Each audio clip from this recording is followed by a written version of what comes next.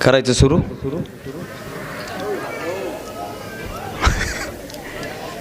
एरवी असं ब्राह्मण बुवा विचारतात, करायचं का सुरू.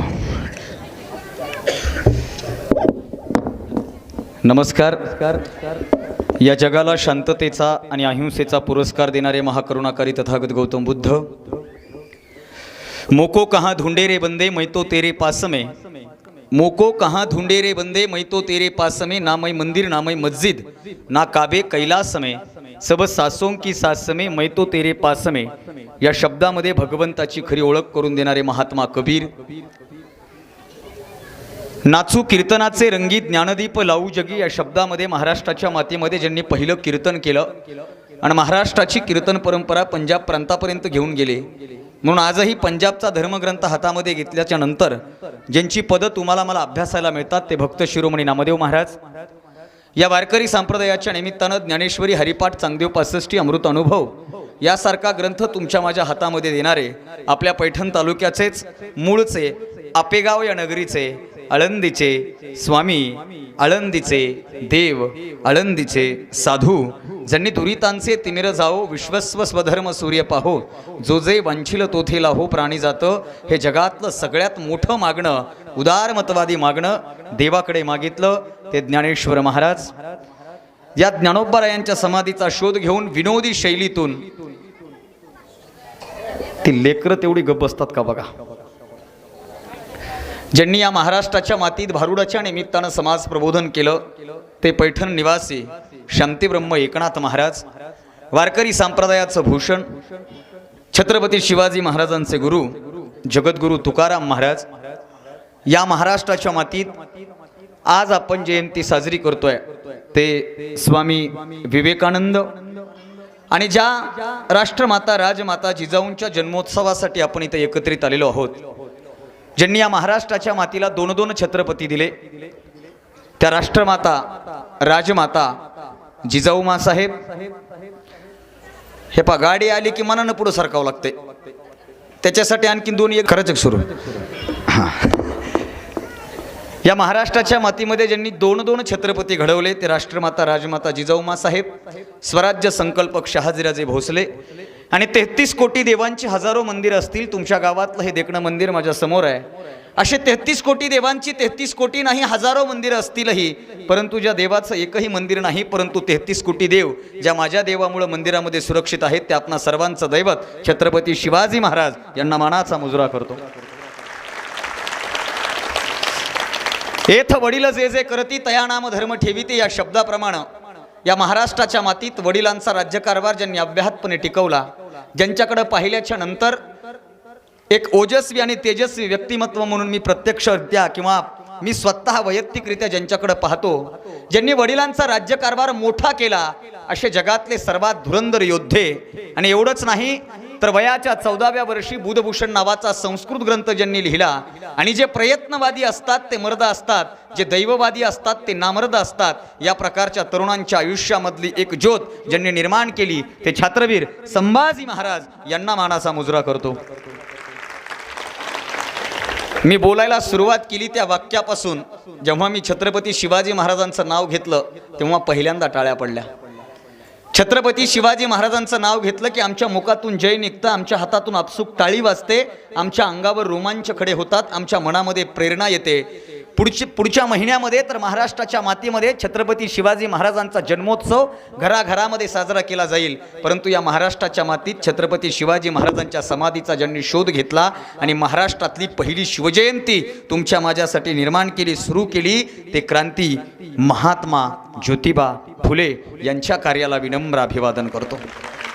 आज माझ्या उजव्या हाताला या मायमाऊल्या बसल्यात. मी स्टेजवर बसलो होतो तेव्हा मला एवढ्याच दिसल्या होत्या. नंतर भैयांनी उल्लेख केल्याच्या नंतर मी पाठीमागं वळून पाहिलं, या डाव्या हाताला इतक्या महिला इथं उपस्थित आहेत. आज आम्ही इथं सगळेजण आलो, भला मोठा गर्दा होता, परंतु शिवस्मारकाच्या ठिकाणी छत्रपती शिवाजी महाराजांची आरती करत असताना कुठल्याही प्रतिनिधीच्या हातामध्ये आरती न देता तुमच्या गावातल्या एका कन्येच्या हातामध्ये आरती दिली. त्यासाठी मी तुमच्या संयोजन समितीच्या अगोदर अभिनंदन करेल. त्या मुलीला तिथं जाऊन आरती करण्याचा अधिकार, त्या मुलीला शाळेमध्ये जाऊन शिकण्याचा अधिकार, त्या मुलीला बोलण्याचा अधिकार, इथं जिजाऊ वंदना म्हणण्याचा अधिकार, ज्या माय माऊलीमुळं ही इथं उभा राहून माय माऊली जिजाऊ वंदना म्हणू शकते, वाचू शकते, लिहू शकते, बोलू शकते. अर्थात लोकांची घाण अंगावर घेऊन, लोकांचं बोलणं अंगावर घेऊन इथं बसलेल्या माय माऊल्यांना एक सावित्री पाठ झाली. त्या सावित्रीचं नाव आहे सत्यवान सावित्री.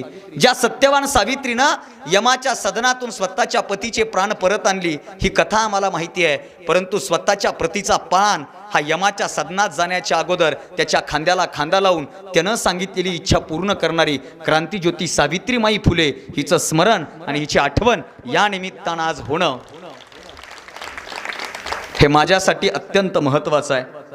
आरक्षणाचे जनक राजर्षी शाहू महाराज या महाराष्ट्राच्या मातीमध्ये ज्यांच्यामुळं मी बोलत फिरतो, ज्यांनी मला बोलण्याचं स्वातंत्र्य दिलं, ज्यांनी मला विचार मांडण्याचं अभिव्यक्ती स्वातंत्र्य दिलं, ज्यांनी समानता हा न्याय महाराष्ट्राच्या मातीमध्ये पेरला, या जगातला, या देशातला सर्वात गर्भश्रीमंत माणूस सुद्धा एकच मतदान करू शकतो आणि या देशातला फुटपाथवर राहणारा, झोपडीत राहणारा सर्वसामान्य गरीब माणूस सुद्धा एकच मतदान करू शकतो, असा एक मताचा अधिकार देणारे संविधान शिल्पकार बुद्धिश्रेष्ठ डॉक्टर बाबासाहेब आंबेडकर यांच्या कार्याला आणि विचारांना विनम्र अभिवादन करतो. जग बदल घालून घाव सांगून गेले मला भीमराव या शब्दामध्ये ज्यांनी डपावर थाप दिली आणि शाहिरी पोवाड्याच्या माध्यमातून समाज प्रबोधन केलं ते साहित्य सम्राट अण्णाभाऊ साठे. चल चल भैया करे सफाई, कूड़ा कचरा साफ करे, बहुत दिनों से रुका हुआ है मिलकर आज हम खत्म करे या शब्दामध्ये या महाराष्ट्राच्या मातीत गावाची संहिता ग्रामगीतेच्या निमित्तानं देणारे आणि ग्रामगीतेच्या माध्यमातून आपण एखाद्या तीर्थक्षेत्राच्या ठिकाणी गेल्याच्या नंतर त्याचं पावित्र्य राखतो. तुमच्यापैकी लोक पैठणला गेल्याच्या नंतर पैठणच्या मातीला स्पर्श करतात, ती माती कपाळाला लावतात, गोदावरीचं पवित्र पाणी हातामध्ये घेतात, ते प्राशन्न करतात, नाथबाबांच्या समाधी स्थळापाशी जाऊन तिथं नतमस्तक होतात. तीर्थक्षेत्राच्या ठिकाणी गेलं की आपले हात वर होतात, आपण त्या तीर्थक्षेत्राला नतमस्तक होतो. यामध्ये नवीन गोष्ट काहीच नाही, ती त्यातली श्राद्धिक भावना आहे. परंतु ज्या ग्रामगीतेच्या माध्यमातून गावाला महत्त्व देत असताना राष्ट्रसंत तुकडोजी महाराजांनी दिलेला संदेश आज मला या निमित्तानं सांगणं गरजेचं वाटतं. राष्ट्रसंत तुकडोजी महाराज म्हणतात, ज्याप्रमाणे आपण एखाद्या तीर्थक्षेत्राला महत्त्व देतो तेवढंच महत्त्व आपण स्वतःच्या जन्मभूमीला, स्वतःच्या गावाला सुद्धा दिलं पाहिजे. हा अभिमान, स्वाभिमान पेरणारे राष्ट्रसंत तुकडोजी महाराज आणि गावभर दिवसभर गावची घाण साफ केली, रात्रभर लोकांच्या कीर्तनाच्या माध्यमातून डोक्यातली घाण साफ केली ते राष्ट्रसंत गाडगे महाराज. आणि तुम्ही आम्ही छत्रपती शिवाजी महाराजांसाठी काय करू शकतो तर शिवाजी महाराजांचं नाव निघालं की आपण जय म्हणू शकतो. गावामध्ये शिवाजी महाराजांचं स्मारक उभा राहू शकतो, आपल्या बांधलेल्या घरामध्ये शिवाजी महाराजांची प्रतिमा नेऊन ठेवू शकतो, वेळोवेळी शिवाजी महाराजांचं स्मरण करू शकतो. परंतु सातारा जिल्ह्यात छत्रपती शिवाजी महाराजांच्या नावानं एक महाविद्यालय आणि बहुजनांची लेकरं शिकली पाहिजेत म्हणून एक वसतिगृह सुरू करणारा महात्मा आणि त्या काळचा राजकीय नेता त्यांच्या समोर जाऊन उभा राहतो आणि सांगतो, मी तुम्हाला माझ्याकडून मदत निधी पूर्ण करतो, तुमच्याकडे पूर्तता करतो, तुम्ही फक्त एक काम करा, महाविद्यालयाला आणि हॉस्टेलला दिलेलं नाव छत्रपती शिवाजी महाराजांचं रजिस्टरवर न लावता माझ्या वडिलांचं नाव तुम्ही लावा. आणि तेव्हा तो महात्मा कडाडतो आणि कडाडून म्हणतो, एखाद्या वेळेला मी स्वतःच्या बापाचं नाव बदलेल, परंतु इथं दिलेलं छत्रपती शिवाजी महाराजांचं नाव कदापिही बदलणार नाही. हा स्वाभिमान महाराष्ट्राच्या मातीत पेरणारे खरे शिक्षण महर्षी कर्मवीर भाऊराव पाटील यांच्या चरणावर, यांच्या विचाराला विनम्र विनम्र विनम्र अभिवादन करतो. आणि महान सिंधू संस्कृतीचा वसा आणि विचार घेऊन ज्या ज्या मूळ माणसांनी तुमच्या माझ्या आयुष्याचं कल्याण व्हावं, तुमच्या माझ्या आयुष्याचं चंदन सुगंधित व्हावं, याच्यासाठी स्वतःचं आयुष्य झिजवून घेतलं ना, त्या तमाम महामाता, ते तमाम महावीर आणि त्या तमाम संत पुरुषांना मी अविनाश अशोक भारती तुम्हा सर्वांच्या जोरदार जोरदार जोरदार टाळ्यांच्या गजरात विनम्र अभिवादन करतो आणि माझ्या विचारांना सुरुवात करतो. मोजे रांजणगाव खुरी या नगरीमध्ये आज राष्ट्रमाता राजमाता जिजाऊ मासाहेब यांची जयंती आणि शिवस्मारकाची वर्षपूर्ती, बरोबर आहे ना, या दोन्ही आणि स्वामी विवेकानंदांची जयंती या त्रिसूत्रीच्या निमित्तानं आजचा हा कार्यक्रम आयोजित आहे. आणि या कार्यक्रमासाठी माझ्यासारख्या एका छोट्या माणसाला आपल्या समोर उभं केलेलं आहे. खरं तर इथं आलो तेव्हापासून निवेदन करणारे जे दादा होते ते माझं नाव आलं की ते फार चांगलं बोलत होते, आहे का नाही. त्यांनी सांगितलं की यूट्यूबला ज्यांचे 1.5 लाखच्या वर सबस्क्रायबर आहेत, पण दुर्दैव ते माझे नाहीत, दुसऱ्याच यूट्यूबवाल्याचे आहेत. माझे फक्त व्हिडिओ आहेत.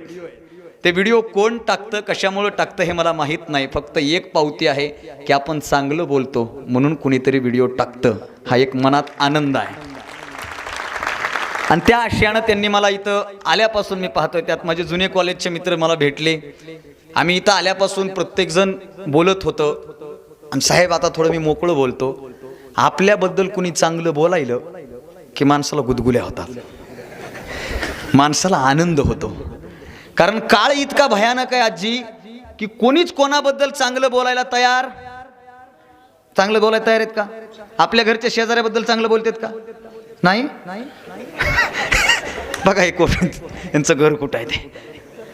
कोणीच कोणाबद्दल चांगलं बोलायला तयार नाही. अशा काळामध्ये अंबाजोगाई तालुक्यातून 350 किलोमीटर अंतरावरून आलेल्या एका पोराबद्दल या तुमच्या गावातला एक माणूस, एक बांधव आपल्याबद्दल चांगलं बोलतो ना, तेव्हा मनामध्ये आनंद होतोच साहेब. कारण हे चांगलं बोलणं आता इथून पुढच्या काळामध्ये आपल्या सगळ्या लोकांसाठी अत्यंत महत्त्वाचं आहे.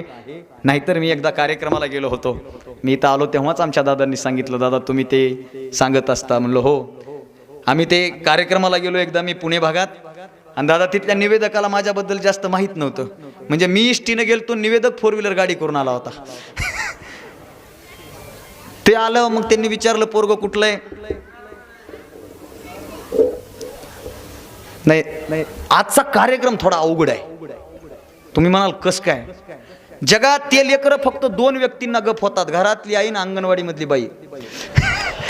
त्याच्यानंतर ते कोणाचंच ऐकत, ते त्यांच्या बापाचं ऐकत नाही, तर बाकीचं काय बोलायचं नाही. त्यातल्या त्यात तुम्ही असं बसवलंय ना हे की समोर गँग, आणि मला ह्या लेकरांसमोर बोलणं लय अवघड वाटतं. एखाद्या वेळेस PhD करणाऱ्या लेकरांसमोर बोलणं सोपं, ह्या लेकरांसमोर बोलणं लय अवघड, भयानक अवघड. मला एकदा प्राथमिक शाळेत बोलवलं होतं कार्यक्रमाला. कुठं? प्राथमिक शाळेत कार्यक्रमाला बोलवलं. गुरुजी ते तुम्ही मग ओळख करून दिली. प्राथमिक शाळेतले ते 10वी पर्यंत माध्यमिक शाळा, आणि 10वीच्या निरोप समारंभाला मला बोलवलं.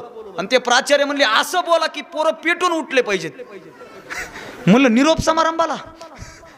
आणि वर्षभर त्यांनी अभ्यासच केला नसेल तर निरोप समारंभाचं काय? पण ते म्हणे नाही तुम्ही पेटून उठू, असे 1 नंबर बोला. मी नवीन भाषण करायला लागलो होतो. म्हणलं ठीक आहे आता लावू आग. मग माझ्यातला वक्ता जागा झाला. मी म्हणलं हे वयवर्ष 16च्या आतले पोरं आहेत सगळे लहाने, यांना यांच्या भाषेत यांचे उदाहरणं दिले पाहिजेत. म्हणून मी एक जोराचं उदाहरण दिलं. म्हणे पोरो सुधरा, तुमच्या वयात खरी क्रांती होते. अरे वयवर्ष 14, नाव संभाजी महाराज, बुधभूषण नावाचा सगळ्यात मोठा संस्कृतचा ग्रंथ लिहिला वयाच्या 14व्या वर्षी. अशाच टाळ्या वाजल्या. मी म्हणलं नाव छत्रपती शिवाजी महाराज, वयवर्ष 16, वयाच्या 16व्या वर्षी स्वराज्याचं तोरण बांधलं आणि कोंढाणा किल्ला आपल्या स्वराज्यामध्ये दाखल केला. वयवर्ष 16 ही सगळ्यात मोठी क्रांती. अशाच टाळ्या. म्हणलं नाव ज्ञानेश्वर माऊली, वयवर्ष 16, ज्ञानेश्वरीची निर्मिती केली आणि जगाला एक आदर्श निर्माण करून दिला. तुमच्याच वयात या सगळ्या क्रांत्या झाल्या. सगळी लोक खुश, टाळ्याच टाळ्या. एक लेकरू फक्त उठलं, ते म्हणे सर मला फक्त तुम्हाला एक सांगायचं आहे. तुम्ही म्हणता आमच्या वयात ज्ञानेश्वरांनी हे केलं, शिवाजी महाराजांनी ते केलं, संभाजी महाराजांनी एवढं मोठं स्वराज्य उभं केलं. आम्हाला हे सगळं मान्य, आम्ही त्याच आदर्शावर चालणार आहोत. फक्त माझं एवढंच म्हणणं आहे की आमच्या गुरुजीचे वयाचे असताना भगतसिंग फासावर गेलते, मग गुरुजींनी ट्राय कराय काय हरकत आहे. त्यामुळे यांच्या समोर बोलणं हा एकदम अवघड कार्यक्रम आहे. पण तरी ही सगळी शांत बसणारी, आता शांत बसतील सगळी, ही गुणीजन लेकरं सगळी इथं उपस्थित आहेत. या कार्यक्रमाचा आनंद मला एका गोष्टीचा आहे की या कार्यक्रमाचे आयोजक ही तरुणी पोरं आहेत. या कार्यक्रमाला मार्गदर्शन करणारे वयोवृद्ध मंडळी आहेत. आणि या कार्यक्रम आस्वाद घेण्यासाठी बाल, तरुण आणि वृद्ध तिन्ही वयाची माणसं इथं बसलेली आहेत. ही माझ्यासाठी आनंदाची गोष्ट आहे, खूप आनंदाची गोष्ट आहे. आम्ही हे सांगत होतो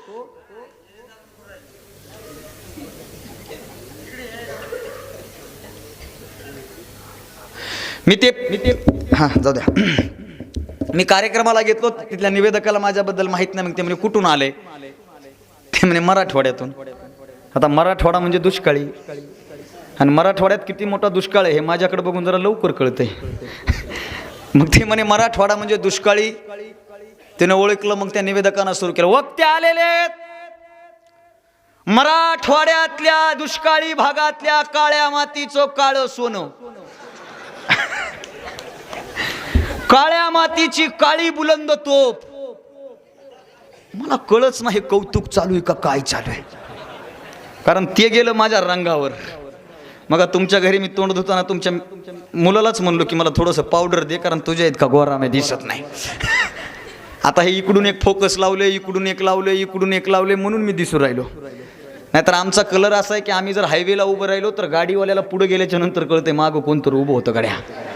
तोपर्यंत लक्षात येत हा रंगच आपला आहे तसा. परंतु काळा रंग हा निर्मितीचा रंग आहे. मी नेहमी हे उदाहरण देत असतो, कारण माझ्या व्याख्यानाचा आगाज या 4 ओळींनी मी करत असतो, व्याख्यानाची सुरुवात या 4 ओळींनी करत असतो. ऐका, काळा रंग निर्मितीचा रंग आहे. आपण सगळे शेतकरी माणसं आहेत, तुम्ही सगळी शेतकरी. फक्त तुमच्यात आणि माझ्यात हा फरक आहे की मी भूमिहीन शेतकरी आणि तुम्ही बागायतदार आहेत.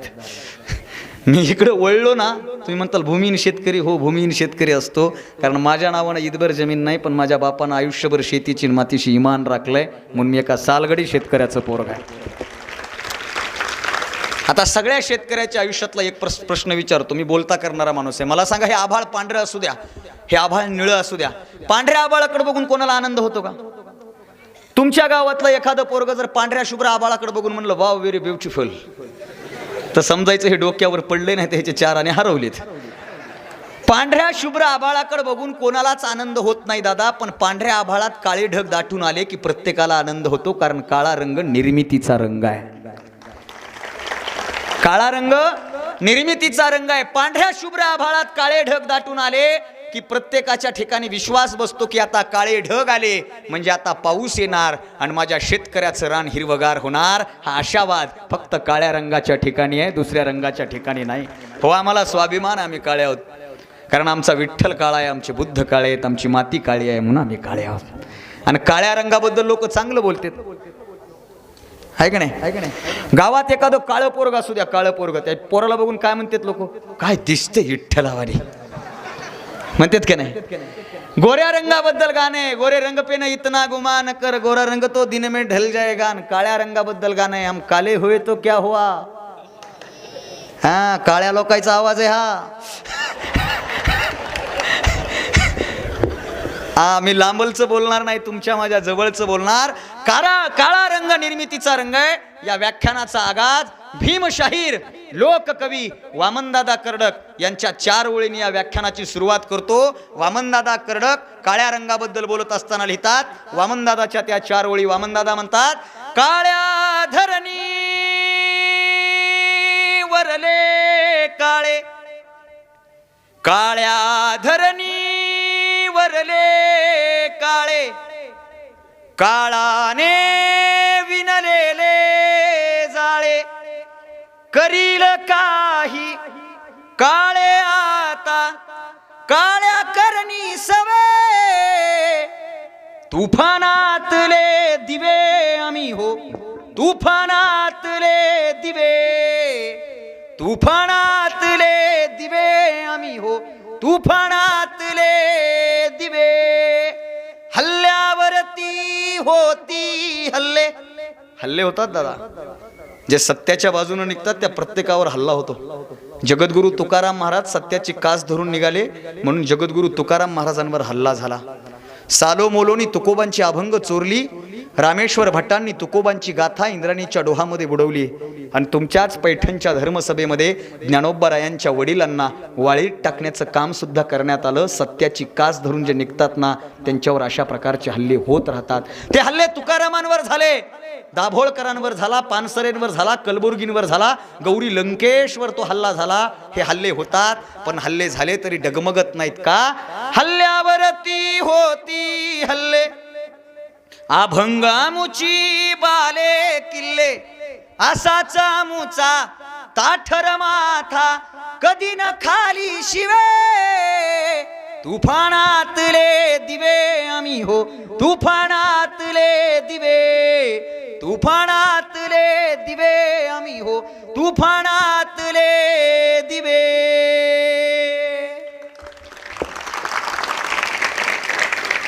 हे पा टाळ्या वाजवायच्या तर इमानदारीनं वाजवा. उग मिस कॉल हाणल्यासारख्या टाळ्या वाजवू नका. हा, ह्याला म्हणते टाळ्या वाजवणं. आधी नुसत्या टिकल्याच वाजू लागल्या. ते काय होईल माहितीये का, हे समोरचे 4-5 जण वाजवायलेत, मग मागचे म्हणले वाजवायच्यात का, होय अंधारा मग चला घ्या. त्या आरती करताना कसं हाताला हात, हाताला हात, हाताला हात, टाळ्या अशा अंत करणार. कारण एक सांगू, तुमची टाळ्यांची दाद ही अविनाश भारतीची जायदाद आहे. इथून ही जायदाद घेऊन जायचं आपलं. पण व्याख्यानात टाळ्या वाजवणं लय अवघड आहे, कारण त्याची एक टायमिंग असते आणि टायमिंग साधता आली पाहिजे. आपल्याला थोडा उशीर झाला तो भाग वेगळा, कारण चांगली गोष्ट उशिरानं सुरू होत असते.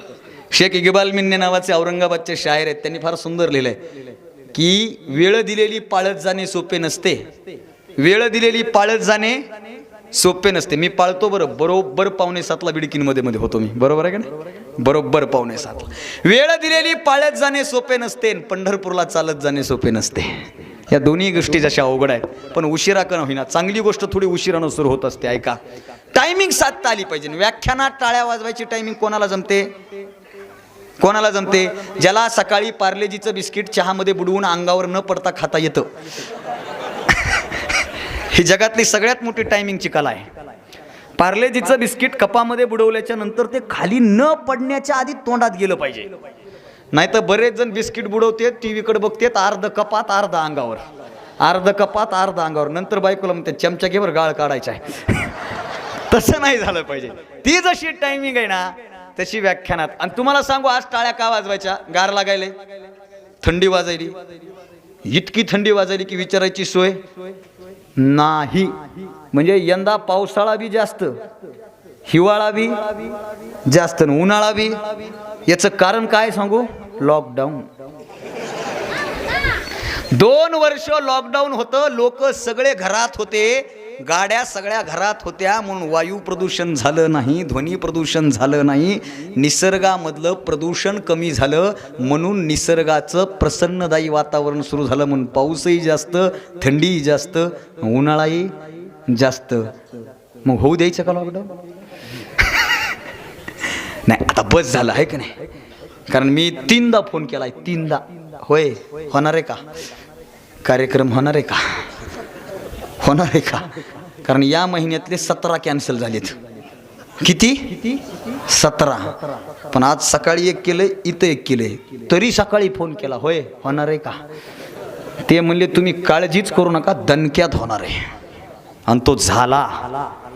एवढ्या मोठ्या उत्सवात तुम्हाला सांगू, 2 वर्ष झालं. महाराष्ट्राच्या मातीचं दुर्दैव आहे की सिंदखेड राजाला जिजाऊ जन्मोत्सव मोठ्या सोहळा प्रमाणात करता येत नाहीये, करता येत नाहीये. लिमिटेड लोकांमध्ये तो तिथं जिजाऊ जन्मोत्सव यावर्षी सुद्धा कोरोनाच्या सावटामुळं तो तिथं कमी लोकांमध्ये साजरा करण्यात आला. परंतु हे म्हणले, सर माझी जबाबदारी, सगळं काय आमचं. मी म्हणलं ठीक आहे, माझी जबाबदारी. म्हणून मी इथं उठेपर्यंत मास्क काढलं. कारण तुम्ही इथलेच आहे, मी लय गावं फिरत आलोय. उगं काही झालं तर तुम्ही पुन्हा माया नावानं बोट मोडताल. त्यामुळं असो, तुफानातले दिवे. आणि दिवा होणं तुफानातला व्हावं. दिवा किती प्रकारचा असतो. तुळशी वृंदावनामध्ये तुळशी वृंदावन बांधल्याच्या नंतर त्याच्या खाली एक दिवळी केली जाते. त्या दिवळीमध्ये दिवा लावला जातो. माय मावल्यांना माहिती आहे, संध्याकाळच्या वेळा तो दिवा लावला जातो. शुभम करोती कल्याणम अशी ती प्रार्थना म्हटली जाते. दादा ऐका, त्या तुळशी वृंदावनामध्ये खाली लावलेला दिवा हा उजेड देईल का नाही मला माहीत नाही. गौरी बसल्याच्या नंतर, गौरी लक्ष्म्या बसल्याच्या नंतर लक्ष्मीच्या समोर रात्रभर जळता दिवा ठेवला जातो. आणि तो इजू नये म्हणून आमच्या भागातल्या महिला त्याच्यावर मिक्सरचं भांडं पालतं घालतात, त्याला छिद्र असलेलं, तो जळता राहावा म्हणून. तो दिवा होणं काहीही अवघड नाही. अहो, जिथं ऊन वाळा वादळ नाही तिथला दिवा तर कोणी होतंय. दिवा व्हायचंय तर वादळ वाऱ्यातला दिवा व्हावं. आणि मला वाटतं या महाराष्ट्राच्या मातीत आदिलशाही निजामशाही अशा शाहींचा तुफान महाराष्ट्राच्या मातीत थैया थैया नाचत होतं ना, तेव्हा या महाराष्ट्राला संस्कार रूपी दिवा जर कोणी दिला तर तो माझ्या राष्ट्रमाता राजमाता जिजाऊ माँसाहेबांनी दिला.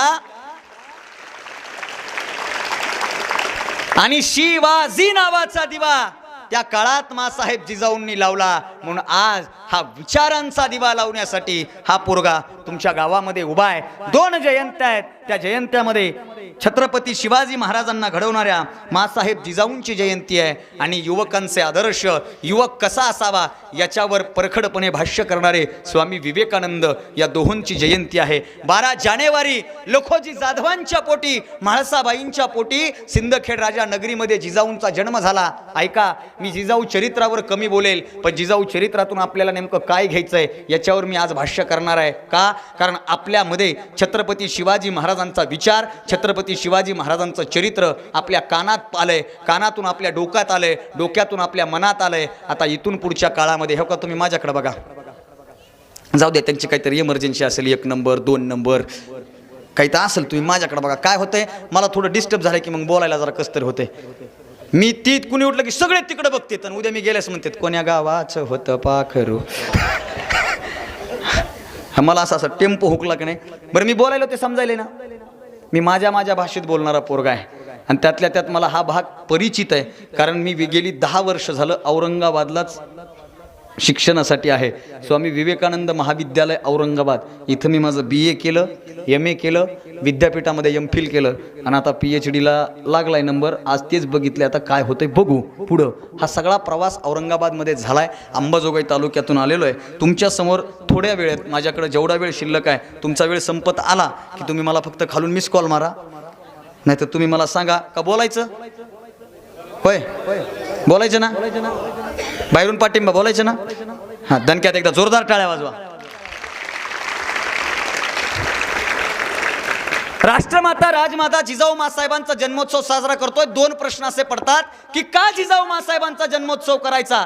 ना जिजाऊ माँसाहेबांच्या कुळातले आम्ही, ना आमच्या कुळात जिजाऊ माँसाहेब, ना जिजाऊ माँसाहेबांचा आणि आमचं जाते कुळे काहीच नाही, तरी सुद्धा आम्ही माँसाहेब जिजाऊंचा जन्मोत्सव आज 400 वर्ष झालं तरी का साजरा करतो, हा प्रश्न आज आपल्या सगळ्यांच्या समोर पडला पाहिजे. इथं बसलेल्या माणसांनी सगळ्यांनी आत्मपरीक्षण करा. आपल्या पूर्वजांच्या पिढ्यांची आपल्याला नावं माहिती आहेत का? आपल्या पिढ्यामध्ये जन्माला आलेल्या आपल्या घरातल्या लोकांची नावं माहिती आहेत का? जास्तीत जास्त आपल्याला आज्याचं नाव माहीत असतं. त्याच्या पलीकडं थोडा पोरगा संस्कारी असेल तर त्याला पंजाचं नाव माहीत असतं. खापर पंजाचं नाव सुद्धा आपल्याला माहीत नाही, त्याच्या वडिलाचं नाव सुद्धा आपल्याला माहीत नाही. याचा अर्थ काय? आपल्याला आपल्या वंशावळीचं नाव माहित नाही, परंतु आपला वंश ज्यांच्यामुळे सुखरूप आहे ना, त्या वंशातल्या यादव घराण्यातल्या जिजाऊ माँसाहेबांचा जन्मोत्सव एवढ्या थाटामाटात महाराष्ट्राच्या या पिंपळगाव नगरीमध्ये, या राजनगाव खुरी नगरीमध्ये आज एवढ्या महोत्सवात, एवढ्या थाटामाटात, एवढ्या अभिमानात, एवढ्या स्वाभिमानात का साजरा होतो, त्याचं कारण आणि त्याचं उत्तर फक्त एकच आहे.